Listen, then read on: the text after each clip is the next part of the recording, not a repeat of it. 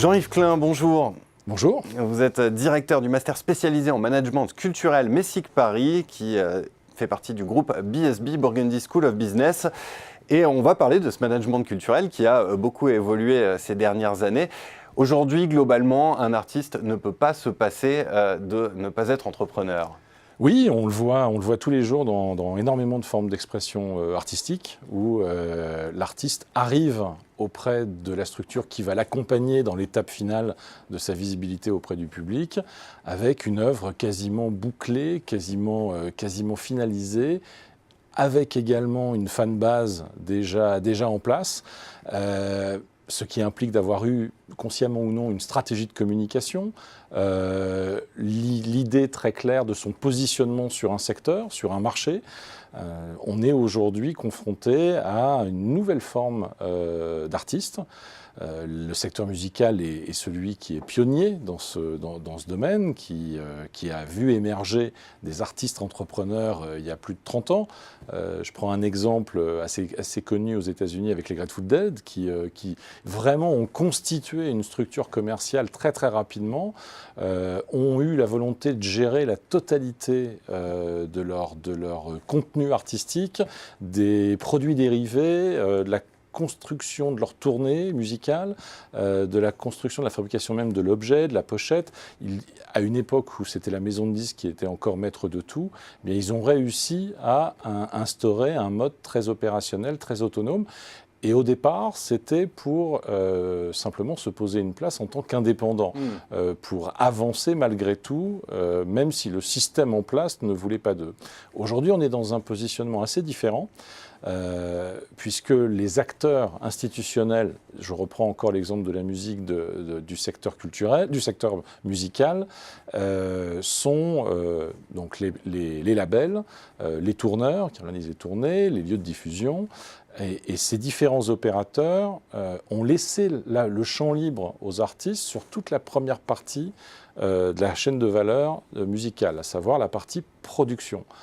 Pas par altruisme, simplement parce que le digital a fait son apparition et la dématérialisation des différents supports, qui en fait, entre parenthèses, est une multiplication des supports, puisque l'œuvre maintenant se retrouve sous n'importe quel support numérique. Mais cette dématérialisation, elle a eu pour conséquence de pousser vers l'aval de la chaîne de valeur l'ensemble des opérateurs classiques et de laisser le champ libre à des artistes, ou plutôt d'obliger les artistes à arriver avec des éléments extrêmement structurés, aussi bien d'un point de vue artistique que d'un point de vue de commercialisation.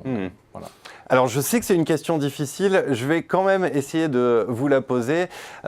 Est-ce que ce contexte favorise la création, la qualité artistique, avec notamment l'émergence de nouveaux artistes un petit peu débrouillards, ou alors au contraire, est-ce que ça nuit à la qualité artistique, puisque ça détourne l'artiste de la création pure ? Alors en fait, on peut répondre les deux, ou ni l'un ni l'autre.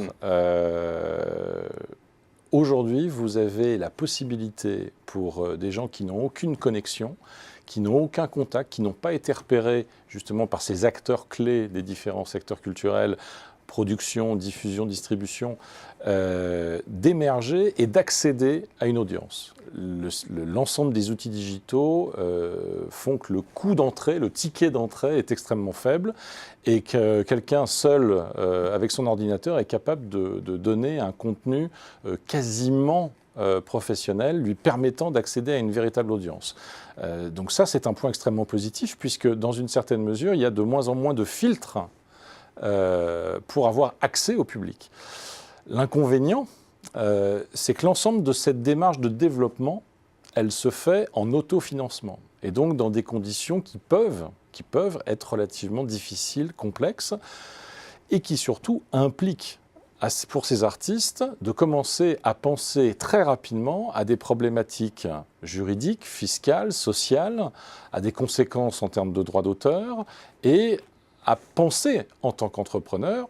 Et certains que l'on a pu rencontrer ne savent même pas qu'ils sont entrepreneurs, mais pour autant ils ont intégré l'ensemble des codes de l'entreprise. Donc ça, c'est un mouvement à double tranchant, et ça implique l'émergence d'un certain nombre d'acteurs nouveaux qui viennent fournir des prestations de services de soutien en administration, en production, en comptabilité, en gestion, à ces différents artistes. Et on voit ça aussi bien dans le secteur musical que dans le secteur des arts plastiques. Donc c'est un autre signe qui montre que de nouveaux accompagnants sont en train d'émerger pour pouvoir soutenir les artistes dans cette démarche. Maintenant, est-ce que ça nuit à une certaine forme d'expression artistique d'artistes qui ne seraient pas, entre guillemets, entrepreneurs ? Il est probable que dans un certain nombre de champs culturels, pas dans tous, effectivement, ça pose une certaine difficulté. Je prends les musiques actuelles, par exemple. Aujourd'hui, il est extrêmement difficile pour un groupe indépendant ou un auteur-compositeur d'émerger s'il n'a pas déjà une fanbase et s'il n'est pas déjà arrivé avec un objet artistique quasiment professionnel, quasiment bouclé. Donc ça implique d'avoir un certain nombre de qualités et de compétences d'organisation, de gestion de budget, opérationnelles, qui ne sont pas forcément les qualités requises pour l'expression de son art. Donc plus que jamais, un artiste doit forcément être un entrepreneur. Merci beaucoup Jean-Yves Klein pour cet éclairage. Merci.